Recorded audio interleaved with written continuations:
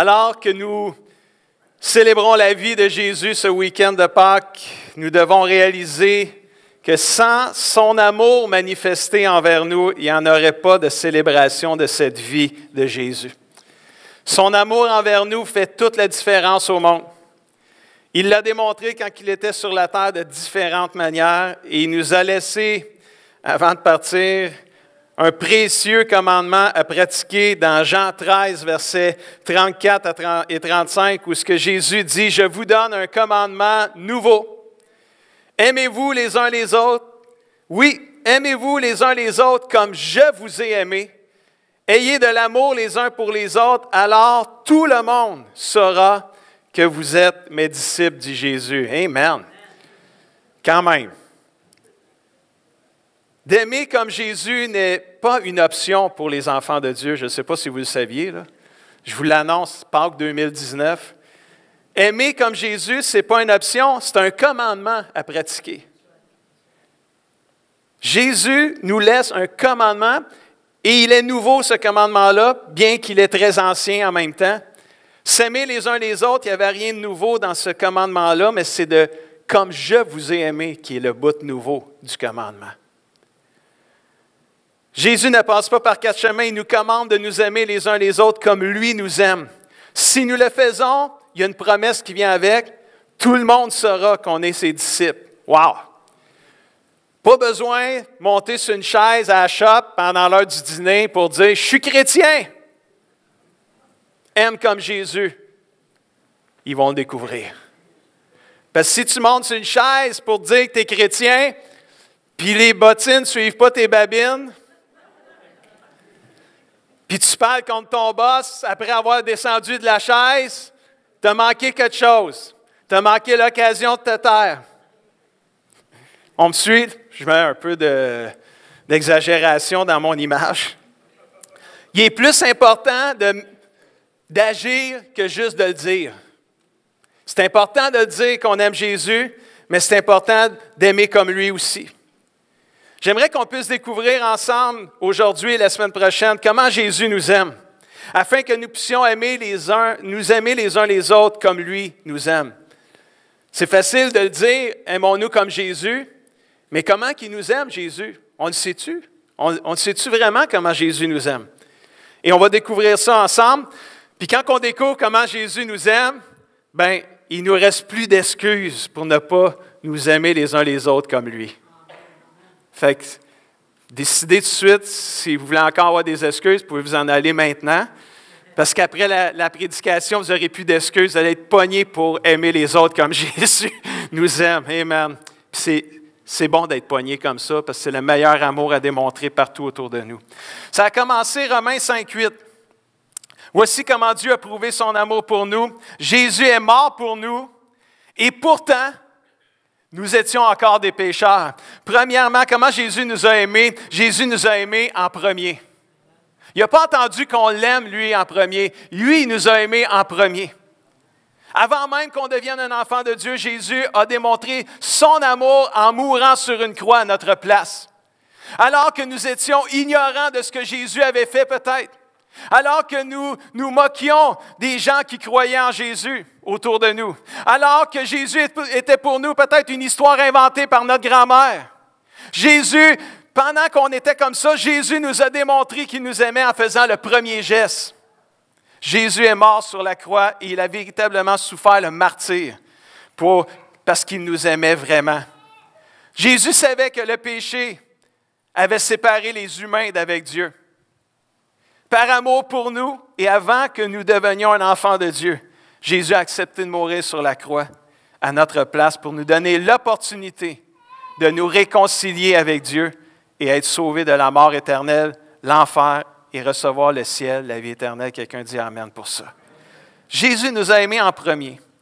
Puis quand je pense à aimer en premier, il y a des versets qui me flashent, dont celui de Philippiens 2, 3 à 5, qui dit « Ne faites rien par esprit de rivalité ou de jalousie. Ne faites rien par désir d'une gloire sans valeur. Mais avec humilité, considérez les autres comme étant inférieurs à vous-même. OK, c'est bon. Ça arrive un peu. Je voulais juste voir si vous étiez là. Considérez les autres comme étant supérieurs à vous-même. Que chacun de vous, au lieu de considérer ses propres intérêts, regarde aussi à ceux des autres en premier. Et ça termine en disant que votre attitude soit identique à celle de Jésus, parce que Jésus, c'est comme ça qu'il nous a aimés. Il nous a aimés en considérant nos intérêts avant le sien. Il nous a aimés en premier. Il nous a considérés comme étant supérieurs à lui. Il dit, je vais mourir pour eux autres, je vais me donner pour eux autres. Ça, c'est l'amour, comment Jésus nous a aimés, puis ça, c'est fantastique. En réalité, Jésus nous a aimés le premier, ou en premier, mais je dirais plutôt ceci, Jésus nous a aimés sans être égoïste. Pour aimer en premier comme Jésus, il faut aimer sans être égoïste. Amen. Petit bébé qui veut prêcher avec moi ce matin. Là. Pour aimer, en premier, on revient. Sans être comme Jésus, il faut aimer sans être égoïste. Mais plutôt en étant, je vais vous dire un gros mot là, du dictionnaire, mais plutôt en aimant en étant altruiste. Là, il y en a qui me regardent, puis c'est quoi ça, altruiste? Bien, c'est le contraire d'égoïste. Mais on ne dit pas ça souvent, nous autres. Hein? Hey, as-tu vu comment il est altruiste, lui, là? Ça regarde drôle un peu comme mot pareil. Hein? Mais quand tu dis, es-tu égoïste, celle-là ou celle-là? Là, là, on se comprend, mais es-tu altruiste, rien qu'un peu? Là, c'est rare qu'on dise ça de quelqu'un. Mais je vais quand même, juste pour vous aider, donner des définitions. Quelqu'un qui est égoïste, c'est quelqu'un qui ne recherche que son intérêt, son plaisir et sa satisfaction personnelle. C'est vraiment là, le « je, me, moi ». Me, myself and I. C'est vraiment quelqu'un qui est égoïste, puis là, peut-être qu'il y en a là, il y a plein de visages qui pop-up dans votre tête. Là. Ah oui, lui, ah oui, quand je pense à quelqu'un d'égoïste, mais peut-être c'est vous. Alors que vous pensez à plein de monde, peut-être c'est vous qui êtes comme ça. Quelqu'un qui est altruiste, c'est quelqu'un qui s'occupe des autres de façon généreuse et désintéressée. Bon, quand tu lis cette définition-là, tu te dis, bon, généreuse, ça passe, mais désintéressé, c'est quoi ça aussi? Bien, désintéressé, je vais vous dire la définition, c'est quelqu'un qui n'est pas préoccupé par son intérêt personnel, c'est quelqu'un qui n'agit pas par intérêt, qui n'a pas d'agenda caché, ou tu sais, c'est comme, il n'y a pas un élastique, là, tu sais, après, dans le sens, lui, je vais l'aimer parce que lui, là, en retour, il va me donner quelque chose, fait que lui, il faut que je l'aime vraiment, là. Vous suivez, là? C'est ça un peu désintéressé. T'aimes pas parce que tu t'attends, tu n'aimes pas parce qu'il y a de quoi qui s'en vient pour toi en retour, tu aimes juste parce que tu aimes. Ça, c'est l'amour désintéressé, c'est l'amour sans égoïsme, c'est l'amour à la manière de Jésus. Puis Jésus, il nous demande de nous aimer comme lui nous a aimés. Ça veut dire, il veut qu'on s'aime sans être égoïste. Amen. Wow. Combien il y en a qui ont besoin de prier dès ce matin pour aimer sans être égoïste? C'est tellement facile d'être égoïste. C'est vraiment plus facile que facile. Tellement que c'est facile. Tu n'as pas besoin de prier pour être égoïste, ça vient tout seul, ça. Mais on a besoin de beaucoup prier pour ne pas être égoïste. Écoutons-nous parler, juste un peu. Écoutons-nous, prenons le temps, là, enregistrons-nous. Là. Des conversations qu'on fait, c'est incroyable. Comment est-ce qu'à la fin d'une journée, écouter la cassette de notre journée ou le CD, là, puis comment est-ce qu'on peut dire « je, me, moi » dans une journée? Comment est-ce qu'on peut dire toute chose qui a rapport juste à nous, nos intérêts à nous? Là. Si ce n'est pas nos intérêts à nous, on n'est pas là, là. Mais quand on parle de nous, là, on est là. Lorsque nous poursuivons notre lecture de Philippiens 2 que j'ai lu tantôt, on peut voir comment Jésus nous a aimés sans être égoïste. Ça nous l'explique, comment est-ce que Jésus a fait ça. On peut voir que Jésus n'a pas pensé à lui en premier, il a vraiment pensé à nos intérêts en premier. Et si on lit Philippiens 2, 6 à 8, ça dit, lui, Jésus, il est l'égal de Dieu, parce qu'il est Dieu depuis toujours. Donc Jésus est vraiment Dieu aussi. Pourtant, cette égalité avec Dieu le Père, il n'a pas cherché à la garder à tout prix pour lui. Mais tout ce qu'il avait, dites-le avec moi, il l'a laissé. Il l'a juste abandonné. Il a renoncé à tout ce qu'il avait. Il s'est fait serviteur. Il est devenu comme les hommes, comme les humains. Et tous voyaient bien que c'était un homme. Il s'est fait même plus petit encore. Ça n'a même pas été jusqu'à dire « je laisse tout, je m'en viens sur la terre, je vis comme un être humain ». Plus petit que ça encore, il s'est humilié encore plus que ça. Il a obéi jusqu'à la mort, même jusqu'à la mort sur une croix. On comprend-tu comment Jésus nous a aimés un petit peu plus? Là, on voit un sens. Jésus, là, il avait la gloire céleste. Jésus nous aimait tellement qu'il a laissé toute la gloire divine, toute la gloire céleste, tout là, le confort incroyable, tout c'était parfait là, dans le ciel. Il n'y avait aucun problème. Puis Jésus, il a vu notre état. Il a vu comment est-ce qu'on avait scrappé tout ça, nous autres, là, les êtres humains. Là. Puis il a vu que le péché, là, il venait nous faire une séparation avec le ciel. Il a accepté de tout abandonner ce qu'il y avait au ciel. Puis il disait, je laisse tout, puis je m'en vais donner ma vie pour ce monde-là, là, ces humains-là. Ça prend de l'amour un petit peu. Hein?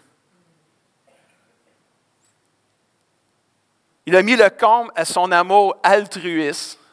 Je ne sais pas si vous allez être capable de dire ça dans le futur, ce mot-là, altruiste, qui est juste non égoïste. Il a mis le comble à son amour altruiste en obéissant jusqu'à la mort sur une croix. Il a beaucoup souffert, mais il l'a fait pour nous, alors qu'on était encore des pécheurs, des tout-croches, des gens qui ne pensaient même pas à lui en plus de ça. Jésus nous a aimés en premier. Cet amour parfait est celui avec lequel Jésus nous demande aujourd'hui de nous aimer les uns les autres, de nous aimer sans être égoïstes. Puis Jésus, il dit, si vous vous aimez les uns les autres comme moi je vous ai aimé sans être égoïste, tout le monde va voir que vous êtes mes disciples. Y a-t-il quelqu'un qui est un disciple de Jésus ici ce matin? Oh, on le dit moins fort, là. Oui, parce que si vous dites oui, là, il faut que les actions viennent avec. Puis c'est pas moi qui dis ça, là. Moi, je fais juste répéter ce que Jésus nous dit. C'est un commandement, c'est même pas une option s'aimer comme Jésus. C'est un commandement. Il faut le faire, cher ami. Mais moi, j'ai continué à lire Philippiens, puis j'ai dit, je vais continuer au verset 9, je vais voir quelque chose, puis ça va vous motiver, ça va vous encourager. Des fois, on a besoin de motivation. Au verset 9, ça dit de Philippiens 2, c'est pourquoi, en parlant de Jésus qui avait tout abandonné, qui avait tout laissé, puis qui avait accepté de mourir sur la croix, c'est pourquoi Dieu, le Père, l'a élevé à la plus haute place. Il lui a donné le nom supérieur à tout autre nom. Le nom de Jésus, c'est le seul par lequel on peut être sauvé sur cette terre. Il a voulu, verset 10, pour honorer le nom de Jésus, que tous les êtres, dans les cieux, sur la terre, sous la terre, se mettent à genoux et que tous proclament avec leur bouche que Jésus-Christ est Seigneur. Ça veut dire quoi, ça? Ça veut dire qu'un jour, toute la population, toutes les nations, tous les gens, et un jour, là, tout le monde va finir par s'agenouiller devant Jésus et déclarer « Jésus, tu es Seigneur ». Mais pour certains, ça va être au mauvais moment. Ça va peut-être être au jour du jugement, puis ils vont se mettre à genoux, mais il va être trop tard. Tu te mets de le faire sur la terre pendant qu'on a encore l'occasion d'être sauvé. Tout le monde va faire ça un jour. « Oh non, moi tu vas voir, moi je ne ferai pas ça. » Peut-être tu écoutes ça, il y a quelqu'un qui te demande d'écouter ça parce que tu vas aimer ça. « Non, moi je ne crois pas en Jésus, pas en tout. Ah non, moi, jamais je vais me mettre à genoux. » Tu peux le dire tant que tu voudras. Là. Un jour, ça va arriver. Un jour, ça va arriver. Puis c'est peut-être mieux de le faire pendant que tu es vivant sur la terre qu'au jour du jugement parce qu'il va être trop tard rendu là. C'est pas moi, je ne veux pas faire peur à personne, c'est juste une réalité éternelle. Pourquoi pas se mettre à genoux? Moi, ça fait longtemps que j'ai fait ça, je me suis mis à genoux. Je me suis agenouillé devant Dieu et j'ai dit, Jésus, non seulement tu es Seigneur, mais je veux que tu sois mon Seigneur. Tu es mon Seigneur, alléluia. Puis plus que ça, je ne veux même pas que tu sois juste mon Seigneur, je veux que tu sois le Seigneur des gens partout autour de moi, ma famille, mes amis, puis même ceux qui ne m'aiment pas, alléluia. Parce que si tu deviens leur Seigneur, je pense qu'ils vont m'aimer, alléluia. Ça, c'est bon, ça, pareil. Hein? Avez-vous des ennemis? Tu sais, des gens qui ne vous aiment pas à face, vraiment, là. Hey, priez qu'ils tombent en amour avec Jésus. Priez qu'ils tombent. C'est sûr qu'ils vont vous aimer après ça. Hey, c'est bon, ça. C'est la première fois que je pensais ça de mes ennemis. Amen. Ça brasse un matin de partout, là. Il y a quelqu'un là, qui ne veut pas qu'on écoute à quelque part. Hein. Jésus a renoncé à tout ce qu'il avait par obéissance envers Dieu le Père et par amour envers nous, les humains. Mais moi, ce que j'aime, c'est que Dieu le Père lui a tout redonné avec encore plus d'éclat. Tout ce qu'il avait laissé, il a redonné. Vous me suivez-vous ce matin?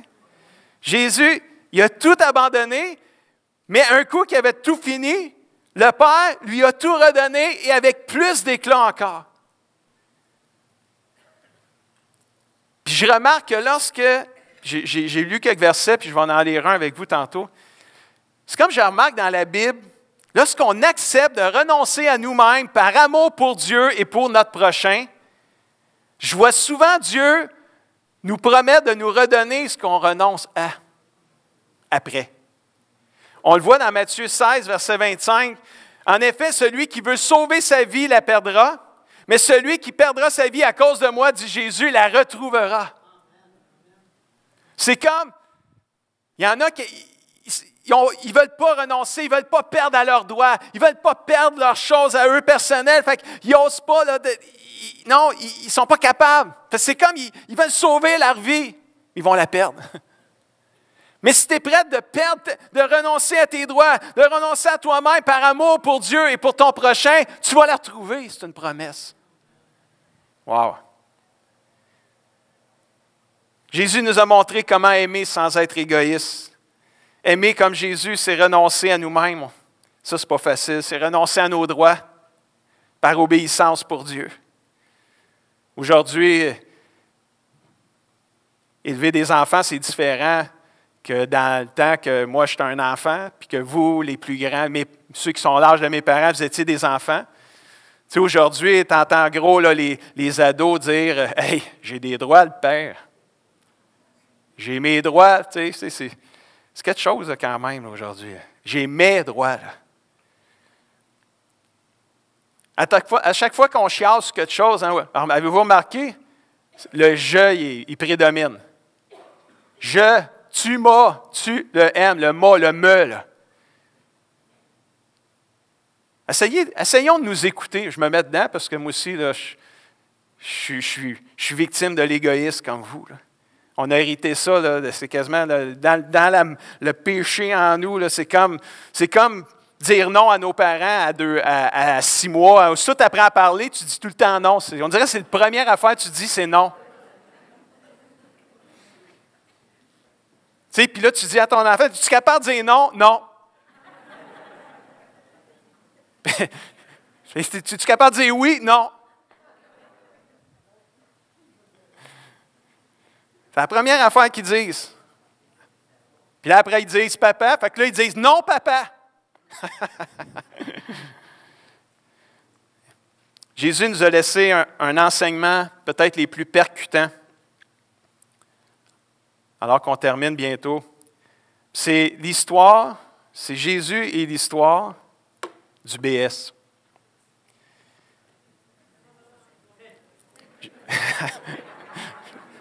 Il y en a qui disent, vas-tu parler de moi matin? Non, c'est pas ça.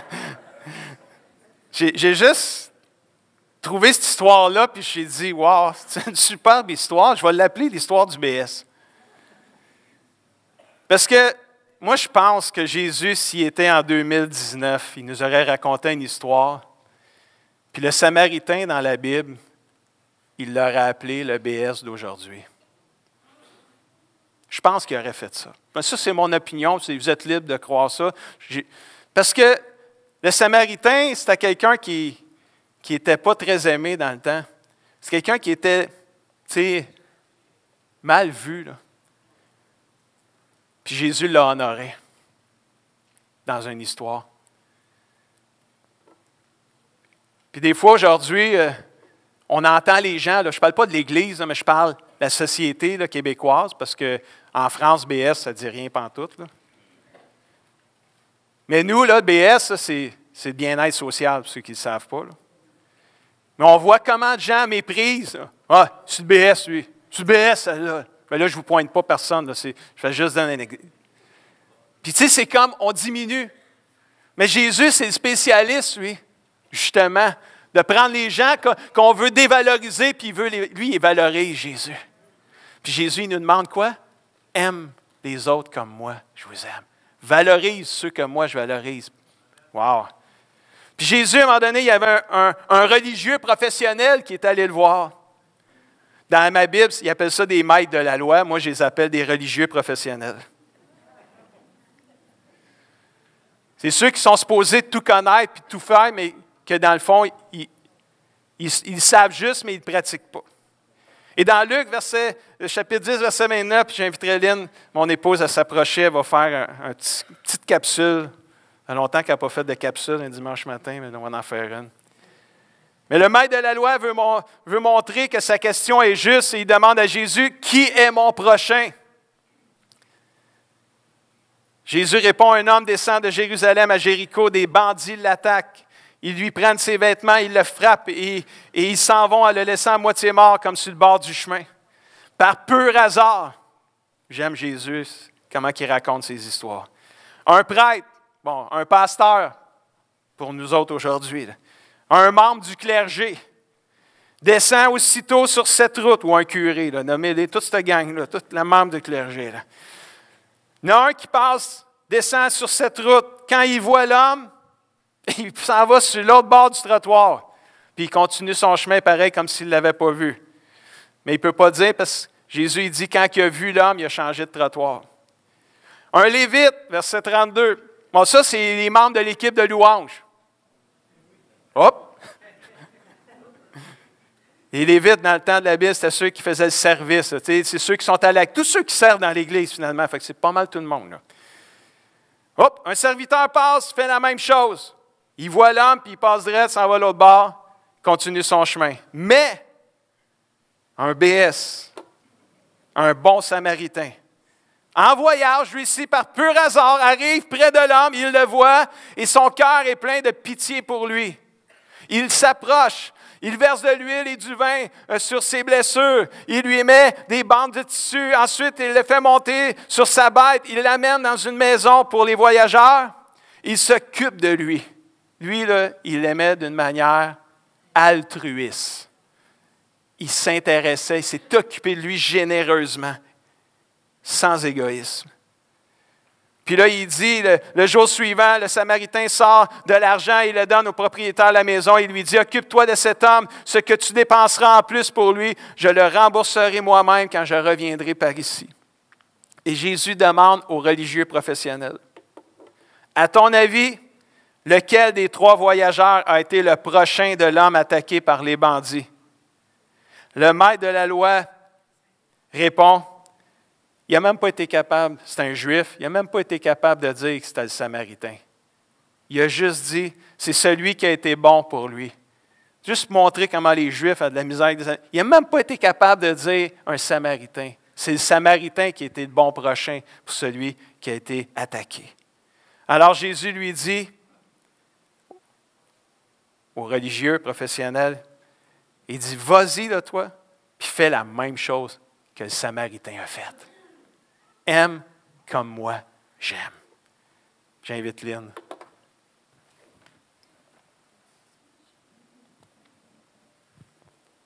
Amen.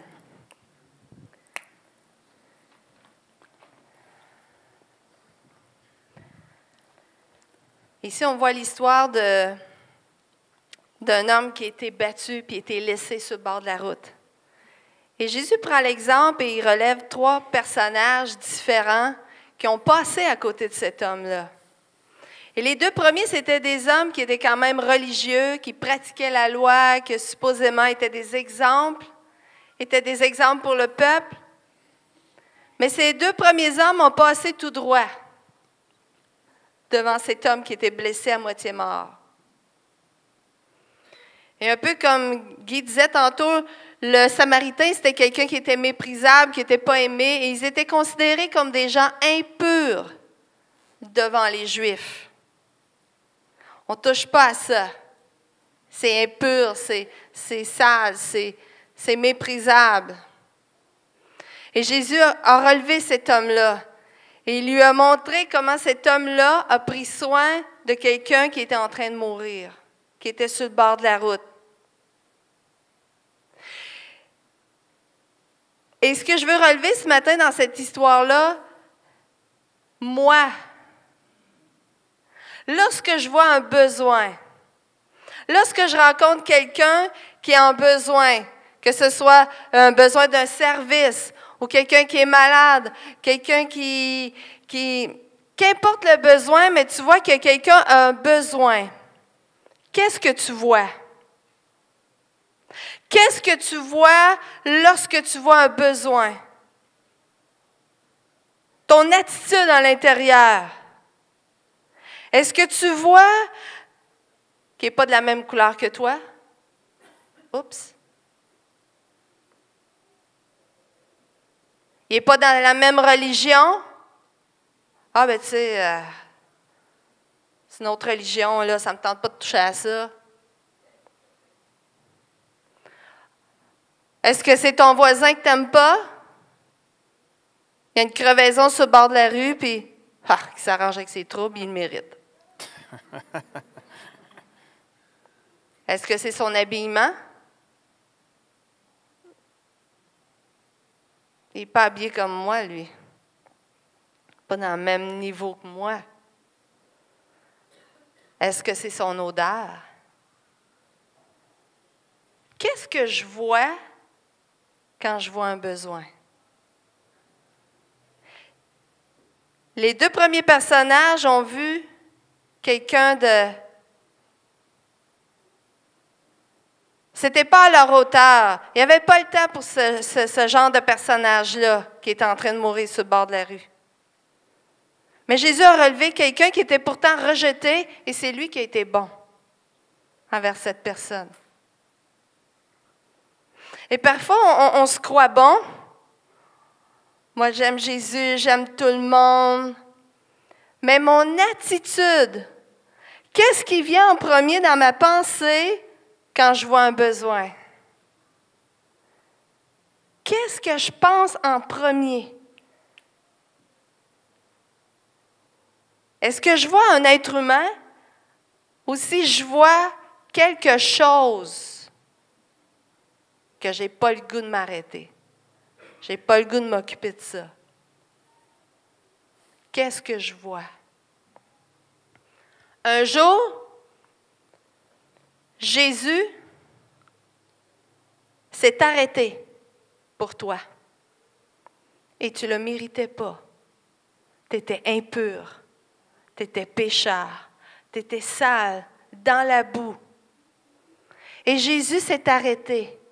Il t'a tendu la main. Et il dit, viens, j'ai une meilleure vie pour toi. Viens, j'ai quelque chose de meilleur pour toi. Viens, je vais t'aider. Viens, je vais te relever. Viens, je vais te libérer. Viens, je vais te donner des choses meilleures. J'ai quelque chose de mieux pour toi. Et pourtant, tu ne le méritais pas parce que tu étais pécheur, tu étais impur, tu étais sale. Tu étais loin d'être pur parce que tu vivais dans le péché. Mais Jésus l'a fait pour toi. Et c'est ça l'amour. C'est d'être capable de voir un besoin et de ne pas avoir une arrière-pensée. Ah, il est sale, ça pue, ça sent pas bon, pas de la même couleur, pas de la même religion, pense pas comme moi. L'amour, c'est de voir le besoin, c'est de passer par-dessus tout ça. C'est de même pas penser à ça. Ça, c'est de l'amour. De même pas penser, de même pas s'arrêter que c'est pas quelqu'un comme moi. Mais de passer par-dessus tout ça. Et de dire, hey, il y a un besoin ici. C'est une création de Dieu. Dieu a créé tout être humain. On est tous égaux devant Dieu. Il n'y en a pas un qui est plus élevé. Il n'y en a pas un qui est plus fin que l'autre Des fois, on se croit plus fin, des fois, on se croit plus beau, on se croit plus intelligent. Mais aux yeux de Dieu, on est tous égaux. Tous égaux. Et quand on entend l'histoire du marié qui envoie, dans une parabole, qui envoie chercher des gens, il dit, va chercher des invités, va chercher les invités. Et tous les invités disent, ah, j'ai pas le temps, j'ai mon champ à labourer, je viens de me marier, je viens de m'acheter une maison, je viens de faire ci, je viens de faire ça. J'ai pas le temps. Et Jésus dit, qui est le marié, qui représente Jésus, il dit, va chercher tous ceux qui traînent sur le bord des rues. Attention, on pourrait être devancé parce qu'on se crée plus fin. On pourrait être devancé parce que Dieu ne regarde pas notre position, il regarde le cœur. Amen. Il regarde ton cœur. Est-ce qu'on peut aimer comme Jésus aime? Et je vais te laisser avec une question que Jésus a posée à cet homme-là à la fin de son histoire. Qui est ton prochain? Qui est ton prochain? Amen. Amen. Merci, Lynn.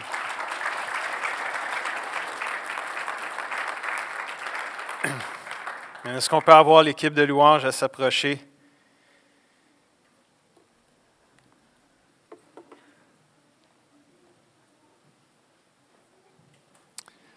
Amen. Est-ce qu'on peut se lever ensemble? On va terminer.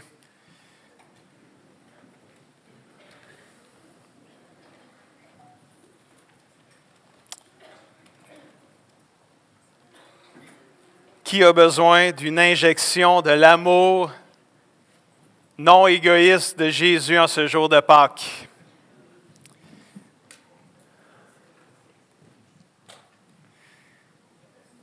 Des fois, tu vas chez le médecin, puis tu fais des tests 1, test 2.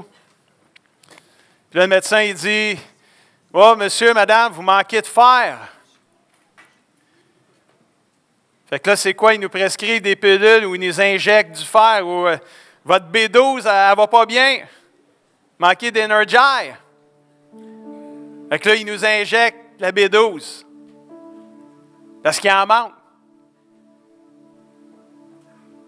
Aimer comme Jésus, je ne suis pas sûr que je suis full, moi, de cet amour-là. J'ai besoin d'une injection. C'est tellement facile d'aimer égoïstement que je vais vous raconter une histoire que j'ai faite il n'y a pas bien longtemps, parce que j'ai été le plus égoïste que j'ai jamais démontré. Puis là, j'étais en train de préparer ce message-là, puis cet événement-là, c'est arrivé avant que je prépare le message, puis je me suis dit, ça se peut pas, Seigneur. Comment je peux être égoïste? C'est fou, raide. Combien qui se rappelle, il y a peut-être 2 semaines, il a neigé pendant l'heure du dîner, là, solide. Solide. Là. Il neigeait, là, puis il s'était plus supposé de neiger. Là. Puis là, ça a donné qu'on est sorti sur l'heure du dîner. Je venais juste de poser mes tailleurs d'été en plus de ça la veille. Puis c'était le mardi. C'était un mardi. Stéphane, j'avais dit à Stéphane, je m'en vais dîner chez nous. J'ai viré de bord. Je glissais de partout quand je suis sorti de... J'ai dit, je vais arrêter au métro, je vais me prendre une sandwich. J'arrête jamais au métro, pour prendre des sandwichs. J'arrête chez nous pour prendre des sandwichs. Ça. Mais là, ça glissait de partout. Je voyais rien. Là, c'est la grosse tempête. Puis là, je sors du métro avec ma sandwich d'un bar. Puis là, il neige, tout me tombe dessus. Je ne vois pas grand-chose. Puis là, je vois une madame, le panier, il part, puis les pattes, il part, puis elle tombe à terre. Et là, j'ai la main dans ma poignée de porte, il neige, je ne vois plus rien. Puis là, je vais mettre au moins mes sandwichs dans mon auto. Mais je suis rentré avec la sandwich dans l'auto. Parce que là, il neigeait. Là. Puis là, je me mets à nu devant vous ce matin. Là. Je vous raconte une histoire que j'aurais dû jamais raconter. Mais c'est juste pour vous montrer que même moi, ça arrive à tout le monde d'être égoïste. C'est facile d'être égoïste. S'il n'avait pas neigé, peut-être j'ai arrêté. Je dis peut-être, je ne sais pas. Je ne sais pas. Mais là, ça neigeait, j'étais dans mon char, puis je regardais la scène. Puis il y a 2, 3 bons Samaritains qui étaient à côté, qui se sont occupés, mais moi, ça ne me dérange pas qu'il y en ait d'autres qui se sont occupés. Moi, là, quand j'étais en train de préparer ce message-là, là, Dieu il me dit, toi, il fallait que tu sois là. Tu l'as vu à madame là, partir. Tu as vu le panier revoler, là, puis tu n'y as même pas été. Aïe, aïe, ça frappe. J'ai honte de vous dire ça. Là. Mais je l'ai dit pour juste vous montrer que aimer égoïstement, c'est facile. C'est facile d'être égoïste. C'est fou comment c'est facile. Moi, j'ai besoin d'une injection d'amour. L'amour de Jésus, j'en ai besoin. Je suis capable d'être égoïste aussi. Puis, j'aime pas ça. Je ne souhaite pas qu'il y ait d'autres personnes qu'ils partent puis que le panier part pour que je puisse aller les aider. Là. Je ne souhaite pas que ça arrive à personne. Mais c'est sûr, si j'en vois une, c'est sûr que je vais aller y aider. Qui mouille, qui neige, qui vente, qui fasse tous les temps. J'ai compris que l'amour à la manière de Jésus, c'est là qu'on fait la différence. Assis dans mon char, là, ça faisait dur, mon affaire. Là. J'étais loin de faire la différence. Mais quand on est égoïste, là, on ne la fait pas, la différence. Ou on la fait sur le mauvais bord. Qui a besoin d'une injection de l'amour de Jésus ce matin? Un amour non égoïste. Moi, le premier. Juste avant qu'on y aille chanter un dernier chant ce matin, puis retourner à la maison dans nos dîners de famille de Pâques, célébrer la vie de Jésus. J'aimerais donner l'opportunité peut-être à des gens qui ne connaissent pas Jésus, de pouvoir donner leur vie à Jésus, soit ici ou par l'Internet. Peut-être tu crois dans l'histoire de Jésus, tu crois que Jésus est mort, qu'il est ressuscité, mais tu n'as jamais reçu Jésus dans ta vie. Puis la Bible a dit, à celui qui croit et qui me reçoit, dit Jésus, j'ai le pouvoir de faire de cette personne-là un enfant de Dieu. Cette personne-là n'est pas née à nouveau du ventre de sa mère, mais c'est Dieu qui lui donne une nouvelle vie. Et même après avoir reçu Jésus puis vivre cette nouvelle vie-là, on a encore besoin d'être transformé encore. Mais il faut commencer à quelque part. Ce n'est pas parce qu'on devient un chrétien qu'on devient parfait du jour au lendemain. Loin de là, ça a l'air. Ça nous arrive à tous de tomber puis se repentir. S'il y en a qui aimeraient donner leur vie à Jésus ce matin, vous ne l'avez jamais reçu, je vais vous conduire dans une prière. Si vous êtes en train d'écouter ce message par Internet, je vais vous inviter de prier cette prière-là de consécration à Dieu. Et j'invite l'Église à juste répéter après moi cette prière-là. Peut-être juste piano seulement pour cette partie-là. Amen. Dieu, je sais que je suis un être pécheur. Je sais que je mérite de subir les conséquences de mes péchés. Cependant, je reconnais Jésus-Christ comme mon sauveur. Je crois qu'il est mort et ressuscité pour pardonner mes péchés, pour pardonner tous mes péchés. Je t'invite maintenant dans ma vie. Je me confie en toi comme mon sauveur et mon Seigneur personnel. Merci de faire de moi ton enfant et me donner cette nouvelle vie. Au nom de Jésus. Amen. Si tu as fait cette prière-là ce matin, tu es ici. On veut t'aider à débuter ta vie chrétienne. Si tu le désires, on a un petit cadeau à te remettre dans la zone, dans le hall d'entrée, dans la zone info. Juste aller à la table en arrière. Il y a quelqu'un qui va vous guider vers les bonnes personnes. Si vous avez à cœur de juste avoir de l'aide pour débuter votre vie chrétienne avec Jésus, juste aller à la zone info en arrière. On va vous remettre un petit cadeau, un Nouveau Testament, une Bible et d'autres choses. Amen. Pour nous, les chrétiens qui restons, je ne sais pas c'est quoi le chant. Hein? Ce nom est si merveilleux. J'aimerais ça qu'on puisse chanter ce chant-là et juste recevoir une dose d'amour de Jésus ce matin. Qui a besoin d'une injection, d'une dose d'amour de Jésus? Aimons comme Jésus. Aimons en premier. Puis si on fait des erreurs comme moi j'ai fait, qu'est-ce qu'on fait? Qu'est-ce qu'on fait? On lâche le Seigneur? Non, on demande pardon puis on se relève. Alléluia. C'est ce que j'ai fait au Seigneur. Alléluia. Donne-moi une autre occasion d'aimer quelqu'un, Seigneur, qui en a besoin. Aimons comme Jésus, aimons en premier. Aimons sans être égoïstes. Faisons la différence partout autour de nous et regardons l'action surnaturelle de Dieu. Changez non seulement les vies autour de nous en premier, mais la nôtre aussi en retour. Amen. Parce que quand on aime quelqu'un et les vies changent, non seulement c'est les vies autour de nous qui changent, mais ultimement à la fin, c'est nos vies qui changent aussi.